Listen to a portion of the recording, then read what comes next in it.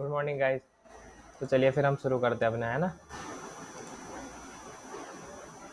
तो सबसे पहले मैं आपको खोल देता हूँ ये। तो हम ये वाली किताब करने वाले हैं। यहाँ पे लेट अस सी, हम पूरी सी भाषा को कवर करेंगे और मुझे लगता है इसके लिए सबसे बढ़िया लैंग्वेज है, ठीक है, मतलब सबसे बढ़िया बुक है। तो हम इस किताब को करने वाले हैं, लेट अस सी। ये इसका 14th एडिशन है। ओके, तो चलिए फिर शुरू करते हैं। इसका आज हम पहला चैप्टर खत्म करेंगे। मैं आपको एक चीज़ समझा दूंगा। इसका पहला चैप्टर देखिए, गेटिंग स्टार्टेड। तो हम ये शुरू करने वाले हैं।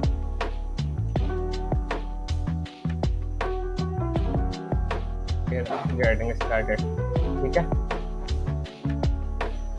होप कि आपको सब कुछ दिख रहा होगा अच्छे से। तो एक चीज़ आपको प्रोग्राम पे भी करके दिखा दूंगा, पहले समझ लेते हैं क्या है।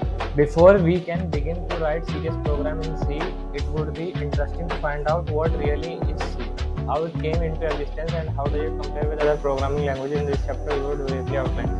तो शुरू में बस ये कह रहा है कि मतलब कि इससे पहले कि हम शुरू करें राइट सीरियस प्रोग्राम्स इन सी, कि सीरियस प्रोग्राम लिखना शुरू करें सी में, इससे पहले हम कुछ चीज़ें जान लेते हैं सी के बारे में, ठीक है, कि सी इतनी इंटरेस्टिंग क्यों है और इसका एग्जिस्टेंस क्यों है। भाई कोई चीज़ मतलब काम किए जब तो वो जिंदा है, अगर काम की ना है तो उसका फ़ायदा ही नहीं। जैसे कोई प्रोडक्ट काम का नहीं है तो वो ख़त्म है, ठीक है जी। In this chapter we would briefly outline this. तो यही सब लिख रहा है इसमें। 4 important aspect of any language. क्या होते हैं 4 इंपॉर्टेंट एस्पेक्ट, ये देख लीजिए। Are the way it stores data, कि उसमें डाटा कैसे स्टोर होता है, किस तरीके से वो लैंग्वेज ऑपरेट होती है, और एकम्प्लिश, और उसका इनपुट और आउटपुट कैसे एकम्प्लिश होता है, मतलब इनपुट के साथ साथ आउटपुट कैसे मतलब वो होता है, ठीक है, generate. How it let's you control the sequence of execution, मतलब कि कैसे कैसे आप सीक्वेंस में कुछ कुछ लैंग्वेज सीक्वेंस फॉलो करते हैं, कुछ नहीं करती। जैसे कि पाइथन है, उसका तो कोई सिंटैक्स ही नहीं है, लेकिन सी और C++ में सिंटैक्स है, तो ये चीज़ भी मैटर करती है। तो we would discuss the first 3 of these building block in this chapter. Okay, तो व्हाट इज सी, ये आप कर लीजिएगा। C is a programming language जो AT&T बेल लैबोरेटरीज ने बनाई थी USA में 1972 में, ठीक है। इट वॉज डिजाइन, मतलब ये डिजाइन करी गई और रिटर्न करी गई किसके द्वारा, डेनिस रिची, ठीक है, डेनिस रिची के द्वारा करी गई। इसे कर लेते हैं क्या, डेनिस रिची के द्वारा करी गई, ठीक है।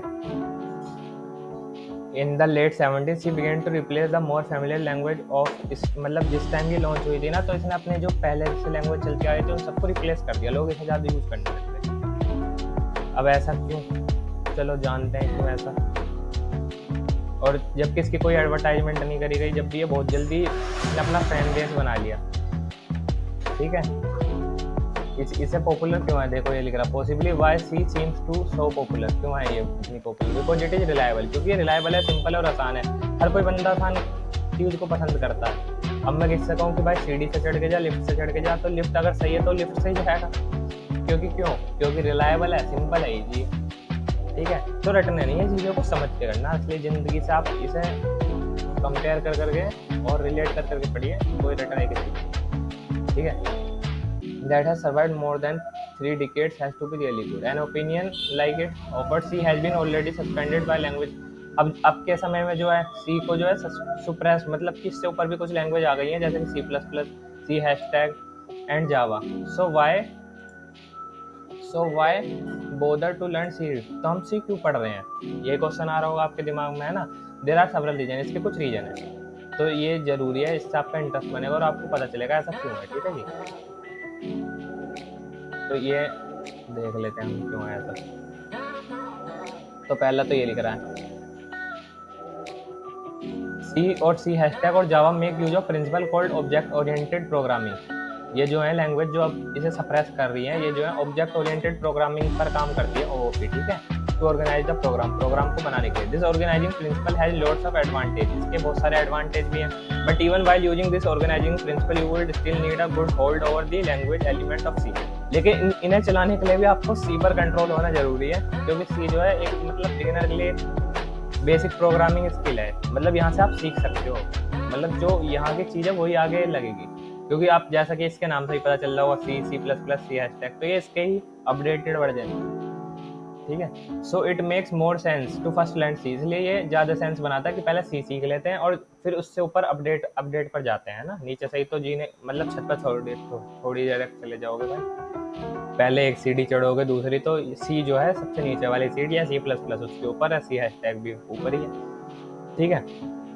Through this step learning process make take more time, but हाँ ये कह सकते हो आप कि इससे समय ज़्यादा लगेगा, वो तो है, लेकिन आप जो चीज़ सीखोगे ना वो सच में अच्छे से सीखोगे, ठीक है।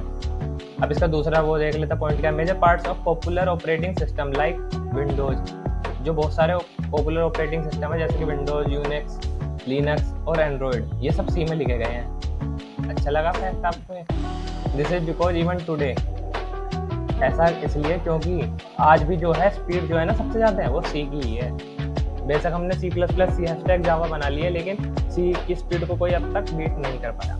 If one is to extend the operating system to work with new devices, one needs to write device driver, और जितने भी डिवाइस ड्राइवर होते हैं वो सारे सी भाषा में लिखे जाते हैं आज भी।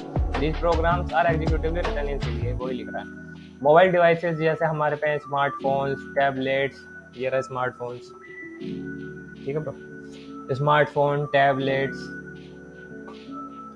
ये सब चीज़ें जो हैं common consumer device, microwave oven, washing machine, सब ये सब जो हैं इनके अंदर होता है micro processor, an operating system and a program embedded in these device. These program, इसमें भी प्रोग्रामिंग होती है कि किस टाइम पर घुमानी है मोटर, किस टाइम पे उल्टी घुमानी है, किस टाइम पर सीधी घुमानी है, कब रुकना है, उसी टाइम पे क्यों रुकना है जितना उसने सेट करा, to run fast but also have work limited amount of memory, no wonder that such program, ये भी सी में ही लिखे जाते हैं, ठीक है जी। अब देख लेते हैं deep. You must have seen several professional 3D computer, और भाई अब तो देखो जैसे कि गेम खेल लो मान लो, ठीक है, ये डी पॉइंट मैं आपको बताता हूँ। जैसे कि मान लो गेम खेल लो, गेम में आपको क्या चीज़ चाहिए, स्पीड ही तो चाहिए। मान लो कोई शूटिंग का गेम है, आप शूट करे जा रहे हो, मरी ना रहा, अब जब वो मरी नहीं रहा तो फिर तो फायदा ही नहीं गेम का, वो ही आके मार देगा आपको, तो स्पीड चाहिए, और स्पीड मैंने आपको कही सी की जो स्पीड है ना, बस उसकी कोई अभी तक तोड़ नहीं है, ठीक है। अब इसका ये वो पढ़ते हैं, ये वाला क्या है, at times one is required very closely interact with the hardware devices since he provides several language elements that make this interaction feasible without compromising the performance. It is preferred choice of the programmer. ये कह रहा है कभी कभी eight times, कभी कभी क्या होता है, कभी कभी जो है किसी को जरूरत पड़ जाती है हार्डवेयर से डायरेक्ट इंटरेक्ट करने की और क्लोजली इंटरेक्ट करने की, तो सी जो है मतलब ये सुविधा प्राप्त करवा देता है अगर प्रोग्रामर चाहे तो। I hope that these are very convincing reason. हाँ, तो यहाँ पर यही लिख रहा है कि आपको इन रीजन को समझा अच्छा लगा होगा। तो गेटिंग स्टार्टेड विद सी पढ़ते हैं। अब इसके हेडिंग क्या लिख रहा है, communicating with the computer involves speaking the language the computer understand.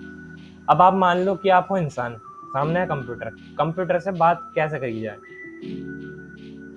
बोल के, लिख के, है ना, लेकिन आप कैसे मतलब कंप्यूटर की भाषा को जान पाओगे, तो एक ये माध्यम भी है लैंग्वेजेस, जैसे हम C++, C हैशटैग।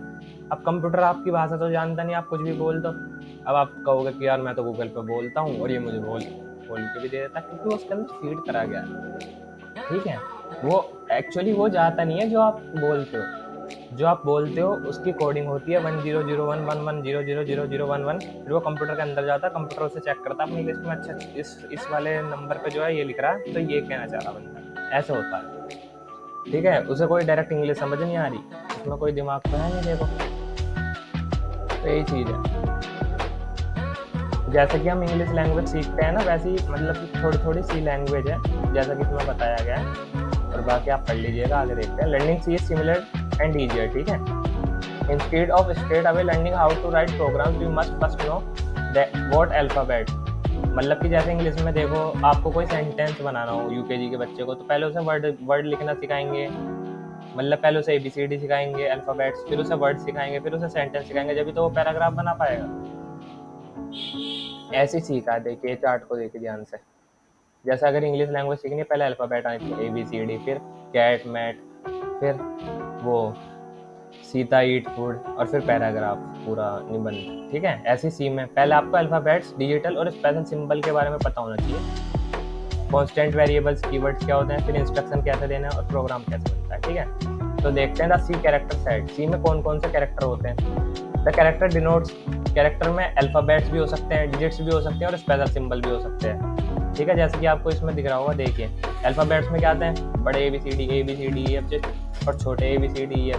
अब आप कहोगे बड़ा ए छोटा ए लिख दूँ तो एक ही बात है, नहीं, इसमें एक बात नहीं है, क्योंकि जैसे कि मैंने आपको बताया कंप्यूटर में कुछ भी बोलते हैं, कंप्यूटर उसकी कोडिंग करता है बाइनरी में और 10001। अब आपने बड़ा ए डाल दिया मान लो, तो बड़े ए के लिए अलग नंबर उसमें वो होगा रजिस्टर और छोटे ए के लिए अलग होगा। जब तो ये दोनों चीज़ अलग होंगी, वरना तो एक पे ही होंगी, एक ही एड्रेस पर दो बंदे होंगे, एक ही एड्रेस पर दो बंदे होंगे, तो भैया कंप्यूटर कन्फ्यूज नहीं हो जाएगा किसको भेजना किसको नहीं। और डिजिट्स में तो आपको पता ही है, डिजिट नंबर 0 1 2 3 4 5 6 7 8 9, ठीक है जी। और स्पेशल सिंबल देख लो, ये सारे आपके स्पेशल सिंबल होते हैं, ठीक है। अब देखते हैं कॉन्स्टेंट्स, वेरिएबल्स एंड कीवर्ड्स क्या होते हैं। The alphabets, digits and special symbols when properly combined form constants. जब अल्फाबेट्स और डिजिट्स और स्पेशल सिंबल्स को हम प्रॉपर्ली कंबाइन करते हैं तरीके से, तो उससे क्या बनते हैं, constants, variables and keywords. Let us now understand the meaning of each of them. चलो अब एक एक करके इनका मतलब समझते हैं। A constant is an entity that doesn't change. Constant का मतलब क्या समझते हैं आप, कोई ऐसी चीज जो चेंज ना कर रही हो।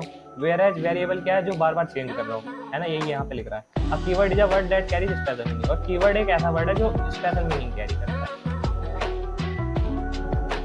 यहाँ पे लिख रहा है in any C program, in any C program we typically do lots of calculation. हर एक सी प्रोग्राम में हम बहुत सारी कैलकुलेशंस करते हैं। The result of this calculation, जो उनका रिजल्ट होता है वो कंप्यूटर मेमोरी में स्टोर हो जाता है, जैसे कि हमारी ह्यूमन मेमोरी में हो जाता है जब भी हम कोई सवाल करते हैं। The computer memory also consist million of cell, computer में भी मिलियन ऑफ सेल्स होते हैं। The calculated values are stored in these memory cells, और जो कैलकुलेटेड वैल्यू होती है वो इनमें इकट्ठी होती है, मतलब स्टोर होती चली जाती है। टू मेक द रिट्रीवल, जब मतलब ये क्यों होता है, क्योंकि अगर हमें जरूरत हो तो हम उसे निकाल सकें, ठीक है, बहुत easily. These value easy these memory sales also called, इन्हें हम मेमोरी लोकेशंस भी कहते हैं, ठीक है। यह क्वेश्चन भी आ सकता है मेमोरी लोकेशंस क्या होते हैं। जैसे ह्यूमन के ब्रेन में सेल्स होते हैं, वैसी मेमोरी होती है इसके अंदर, क्या मेमोरी सेल्स इसके अंदर, कंप्यूटर के अंदर। तो वो जो हमारी कैलकुलेटेड वैल्यू जो होती है वहाँ पर स्टोर होता है, उसे मेमोरी लोकेशंस कहते हैं, ठीक है। Since the value stored in each location में चेंज, मतलब कि जो वैल्यू हमने किसी लोकेशन पर चेंज करी है हम उन्हें चेंज भी कर सकते हैं। ऐसे जरूरी नहीं है कि अगर एक बार स्टोर एक जगह पर हो गई तो वो चेंज नहीं होगी, वही हमेशा, मतलब एक बंदा एक ही घर में रहेगा जरूरी नहीं है, घर चेंज भी कर सकता है भाई, पैसा ज़्यादा आके तो नया ले लेगा, ठीक है ना। Name given to these location are called variables. So जो इन मतलब लोकेशंस, इन घरों के जो हमने नाम दे रखे हैं, ये क्या है, वेरिएबल, ठीक है। वेरिएबल, वेरिएबल को आप एक तरीके से बाल्टी मान लो, बाल्टी, ठीक है, बहुत सारी बाल्टी है, एक बाल्टी का पानी आप निकाल के दूसरे में डाल दोगे, एक खाली हो जाएगी। तो वेरिएबल ऐसी ही चीज़ है जिसमें हम चीज़ें स्टोर करते हैं, ठीक है। और अभी आपको जब प्रोग्राम बनाओगे तो बहुत अच्छे समझ आएगा। ये कह रहा है देखो, कंसिडर द मेमोरी लोकेशन, जैसे इस फिगर में दे रखा है कि here 3 is stored in a memory location. यहाँ पे 3 जो है मेमोरी लोकेशन पर स्टोर्ड है। 3 जो है यहाँ पे क्या है, देखो एक वो है, क्या नाम है, वेरिएबल, नहीं, वेरिएबल के अंदर की चीज़ है, ठीक है। वेरिएबल के अंदर जो है वो 3 है, और यहाँ पे देखो 3 जो है स्टोर्ड है किसमें, मेमोरी लोकेशन, जिसका नाम क्या है, x। Then we have assigned a new value, फिर हमने 3 की जगह 5 वैल्यू असाइन कर दी, मतलब 3 को निकाला, 5 को इस घर में डाल दिया, ठीक है, सेम मेमोरी लोकेशन पर। दिस वुड ओवरराइड द, अब ये जो है क्या करेगा, जो 3 वैल्यू उसके ऊपर ही ओवरराइड कर देगा 5 वैल्यू को। Since the memory location can hold, इससे हमें क्या पता चलता है कि मेमोरी लोकेशन एक ही वैल्यू को जो है अपने घर में रख सकती है, एक ही जगह है भाई वहाँ। अगर दूसरी डाली तो पहली निकल जाएगी, ठीक है, चौथी डाली तो उससे पहली वाली निकल जाएगी। अब यहाँ पे लिख रहा है सिंस द लोकेशन, जो भी लोकेशन है जिसका नाम x है वो बहुत सारी वैल्यू डिफरेंट तरीके की रख सकता है, और इसे ही हम वेरिएबल कहते हैं। मतलब वेरिएबल, मेमोरी लोकेशन, ये सब चीज़ें एक ही हैं, ठीक है।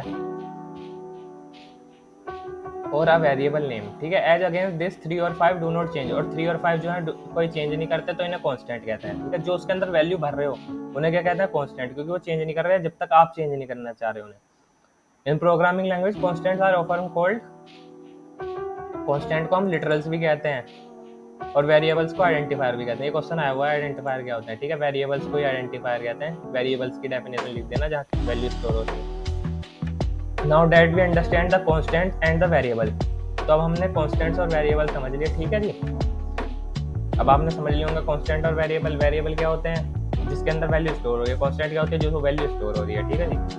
Late us see what different types of constant and variable exist in C. अब देखते हैं कौन कौन से अलग अलग तरीके के वेरिएबल और कांस्टेंट्स होते हैं। Types of C constant. C constant में जो है दो तरीके के कांस्टेंट होते हैं, मतलब C constant can be divided into two major category. ठीक है, पहले प्राइमरी कांस्टेंट, दूसरे secondary constant. This constant are further categorized as shown. इन्हें फर्दर भी कैटेगराइज करा गया। देखो C constant, primary constant, secondary constant. Primary में भी integer, real constant, character constant. Secondary में array, pointer, structure, union, enum. चलो अब हम इन्हें आगे जाके पढ़ेंगे। वैसे तो ये वाले आपके शुरू होंगे सबसे पहले, तो चलो देखते हैं आगे। At this stage we would restrict our discussion to only primary constants. यहाँ पे लिख रहा है ना, देखो इस स्टेज पर हम केवल और केवल क्या करेंगे? प्राइमरी कांस्टेंट्स ही जानेंगे, जो कि है इंटीजर, रियल और character constant. Let us see the details of each of them constants. Each of these constant for constructing these different types of constant certain rules have been laid down. कुछ rules होते हैं इनके लिए, तो वो देख लेते हैं। Rules for constructing integer constant. Integer constant कैसे बनाए कैसे? तो इंटीजर कांस्टेंट देखो, एटलीस्ट 1 डिजिट होनी चाहिए। कोई भी एक डिजिट तो कम से कम होनी ही चाहिए। 1 2 3 4 5 6 7 8 9 10, कम से कम एक तो होनी चाहिए। ऐसा नहीं है खाली छोड़ दिया कुछ, तो उससे कुछ नहीं होगा। It must not have a decimal point. इसमें डेसिमल नहीं होना चाहिए। 0.00, 0.5, 0.6, 0.7 वो काट देगा। यही प्रोग्राम है, क्योंकि वो इंटीजर है। इंटीजर क्या होता है? 1 2 3 4 5 6। ये थोड़ी होता है 1.5, 1.6, 1.7। ठीक है, या तो ये पॉजिटिव भी हो सकता है, देखो ये नेगेटिव भी हो सकता है। If no sign precedes an integer constant it is assumed to be positive. अगर आपने कोई भी साइन नहीं लगाया तो ये पॉजिटिव मान लेगा अपनी तरफ से। ठीक है, कोई भी कॉमा और ब्लैंक नहीं आना चाहिए डिजिट इंटीजर कांस्टेंट के बीच में। ठीक है जी। The allowable range of integer, इतनी रेंज है रहती है। ये क्वेश्चन भी आ जाता है। ठीक है, तो ये भी आप अगर याद रख सकते हैं तो रखिएगा, बहुत सही है। ठीक है, इतने मतलब इतने तक वैल्यू स्टोर हो सकती है। भैया कंप्यूटर लिमिट तो होगी कुछ। अब ये ह्यूमन मेमोरी तो है नहीं कि इसे और बढ़ाते जाओ और अब खरब तक चली जाएगी, नहीं। इसमें एक सीमा है, और ये सीमा ये है, यहाँ तक वैल्यू आप स्टोर कर सकते हो, plus minus. Truly speaking the range of N integer constant depends upon the compiler. और ये किस पे डिपेंड करती है? कंपाइलर पे भी डिपेंड करती है। आप ये भी बता सकते हैं, इसमें एग्जामिनर और कुछ हो जाएगा। फॉर कंपाइलर जैसे कि visual studio, GCC, it is इतनी हो जाती है। ठीक है, जो ऊपर लिख रही है वही है, हाँ वही है। लेकिन कंपाइलर जैसे कि टर्बोसी, ये बहुत हार्डकोर है कंपाइलर, टर्बोसी और टर्बोसी प्लस प्लस। तो इसकी देखो रेंज इतनी होती है। ठीक है, इसे भी याद करिए। तो इंटीजर देखो कुछ भी हो सकता है, 4 2 6 + 7 8 2 + 8 1000 - 7605। Tools for constructing real constants. Real constants are often called floating points constant. Real constant को हम floating point constants भी कहते हैं। ठीक है जी। The real constant could be written in two forms. इन्हें दो तरीके से लिखा जा सकता है, फ्रैक्शनल फॉर्म में और एक्सपोनेंशियल फॉर्म में। Following rules must be observed while constructing real constant. अब इनका नियम क्या है ये भी देख लेते हैं। A real constant must have at least 1 digit. एक डिजिट तो कम से कम होनी चाहिए भैया। एक डिजिट ना दोगे तो क्या दोगे भाई? It must have a decimal point. Decimal होना जरूरी है। ठीक है, यहाँ पर डेसिमल होना जरूरी है। हाईलाइटर भी ले लेता हूँ। डेसिमल होना जरूरी है। इट कुड भी इधर पॉजिटिव भी हो सकता है, ये भी नेगेटिव भी हो सकता है। डिफॉल्ट साइन इज पॉजिटिव, अगर कुछ नहीं लगाया तो पॉजिटिव ही मान लेगा। कोई कॉमा और ब्लैंक नहीं आना चाहिए कांस्टेंट देते हुए, जैसे कि ये देखो +3 to 5.34, 4 to 6.0, -3 to 0.76, -4 8.57। और एक्सपोनेंशियल फॉर्म में क्या होता है?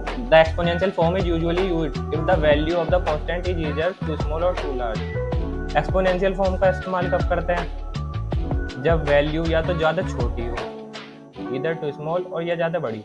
It however doesn't restrict us in any way from using exponential form for other real constant. लेकिन ये कोई मना नहीं करता कि अगर आप अलग real constant other real constant के लिए भी इसे यूज करना चाहो तो। In exponential form the real constant is represented in 2 parts. Exponential form में रियल कांस्टेंट जो है 2 पार्टों में है। ठीक है, द पार्ट अपीयरिंग बिफोर ई, जो ई से पहले आ रहा है, इज कॉल्ड मैंटिसा।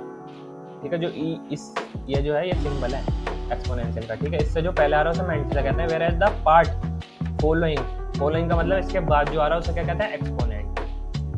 थस 0.00342 इसे कैसे लिख सकते हैं ई में देखते हैं।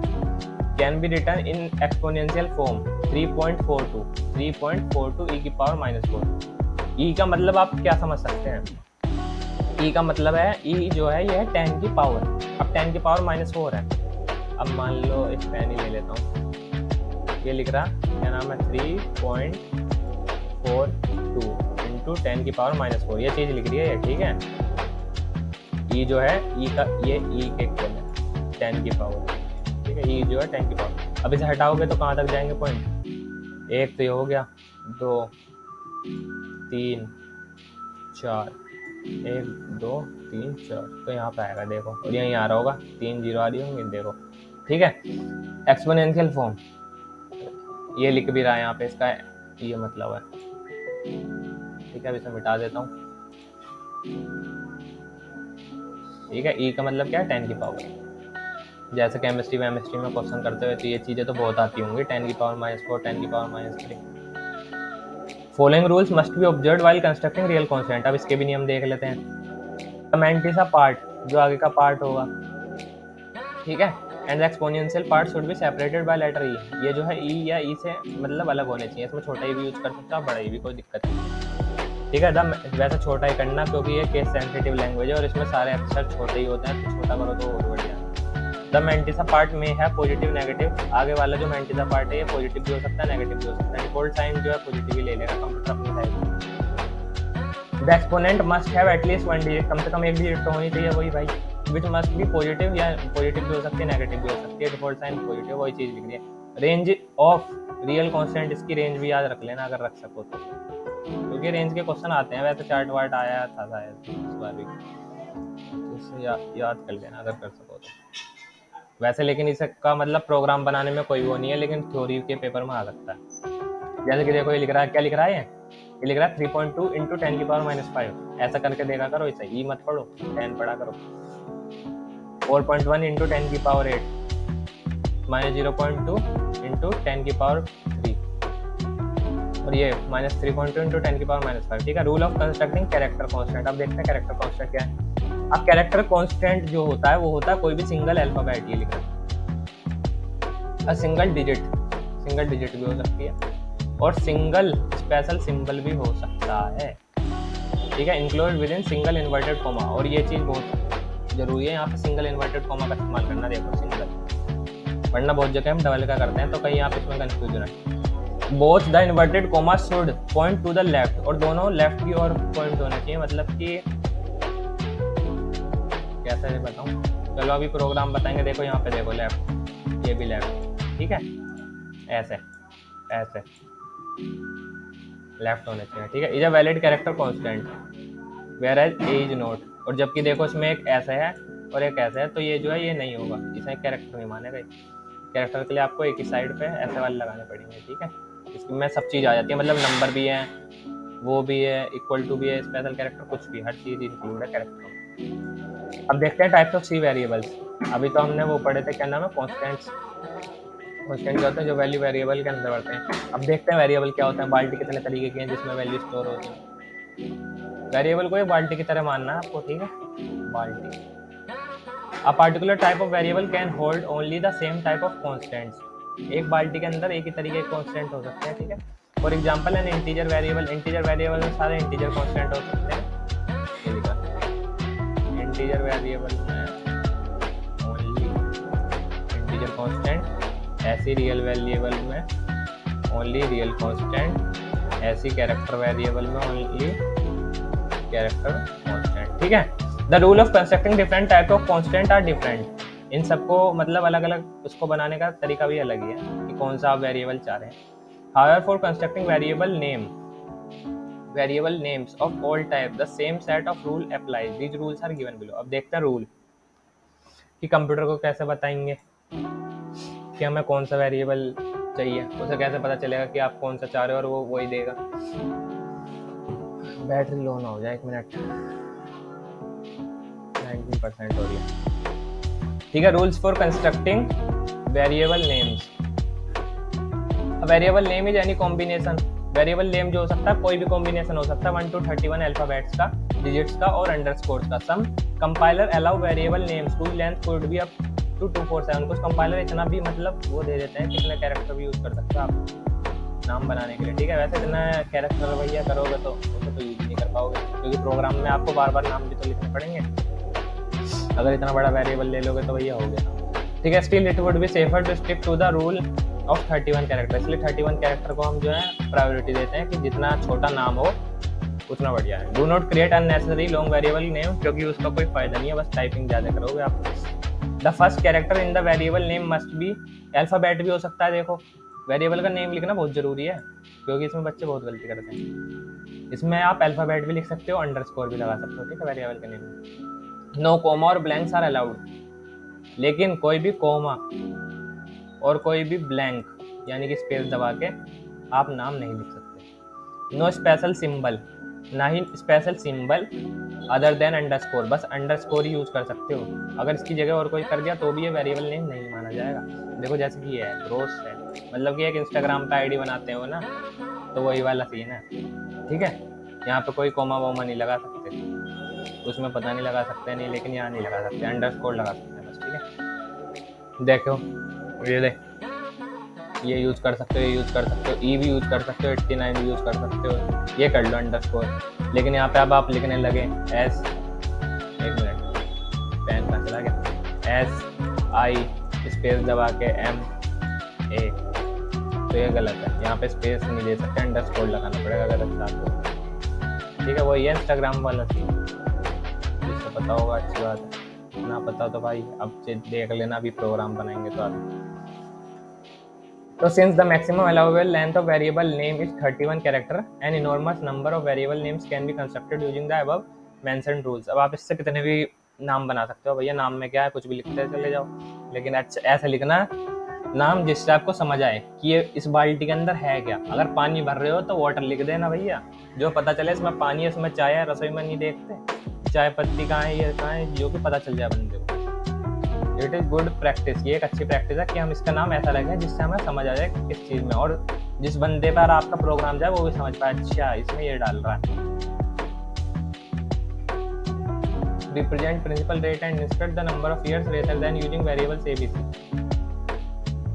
हाँ तो वही दे रहा है एग्जाम्पल, अभी हम जब बनाएंगे तो वो देखेंगे ना, ठीक है। अब देखते हैं कीवर्ड्स क्या होते हैं। देखो ये नाम इंटीजर, जैसे इंटीजर ले रहा है तो इंटीजर का वेरिएबल का नेम है, ये मत सोच लेना ये इंटीजर है तो ये नंबर होने चाहिए, ऐसा कुछ नहीं है जी। इंटीजर है, ये है बाल्टी, ये क्या कह रहा है, हमने इंटीजर,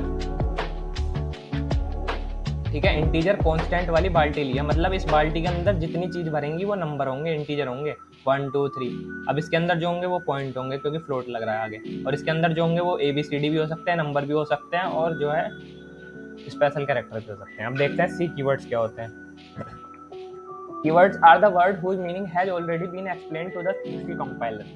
ये मतलब ऐसे वो हैं वर्ड जो पहले से ही कंपाइलर में सेव है, इनका मतलब कि इसका कुछ ना कुछ मीनिंग है। जैसे कि एक एग्जांपल दे देता हूँ आपको, प्रिंट एफ। प्रिंट एफ से क्या होता है, जो भी आप चीज़ प्रिंट करना चाहते हैं उसे आप इसके अंदर लिखेंगे डबल इन्वर्टेड कॉमा में, और जो भी उसके अंदर होगा डबल इन्वर्टेड कॉमा में वो सेम टू सेम स्क्रीन पर दिखेगा, कुछ भी लिख सकते हो, कुछ भी, ठीक है। तो देयर आर ओनली 32 कीवर्ड्स, और ये सारे हम यूज करेंगे टाइम पर। फिगर 1.5 जो ये दे रखे हैं कीवर्ड, इनका आप स्क्रीनशॉट ले लें या किताब पे लिख लेना, ठीक है। ये सब ऑटो, ब्रेक, केस, 4, कांस्टेंट, देखो 4 तो अभी हमने पढ़ा ही, तो शायद कैरेक्टर का ये रहा है ना।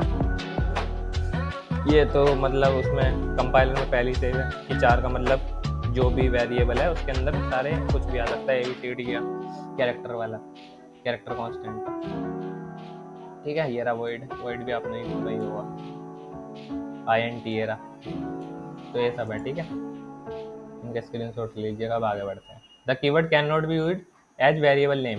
हाँ सबसे बड़ी चीज देखें, कीवर्ड को कभी भी वेरिएबल का नेम मत बनाना, कीवर्ड्स को कभी भी वेरिएबल का नेम मत बनाना, ये चीज याद रखना, ठीक है। Because if we do so we are trying to assign a new meaning to the keyword. इसका मतलब है अगर हम ऐसा करते हैं तो इसका मतलब कि हम नया मतलब दे रहे हैं कीवर्ड को, जो कि सही नहीं है। विच इज नॉट अलाउड, और ये अलाउड भी नहीं है, ठीक है। Some C compilers allow you to construct variable name, कुछ कंपाइलर ऐसे होते हैं जो आपको इनका नाम बदलने की भी अनुमति दे देते हैं, लेकिन आप ऐसा मत कर देना कि पता चले नाम बदल दिया फिर कह रहे हो कि भैया चल ही ना रहा,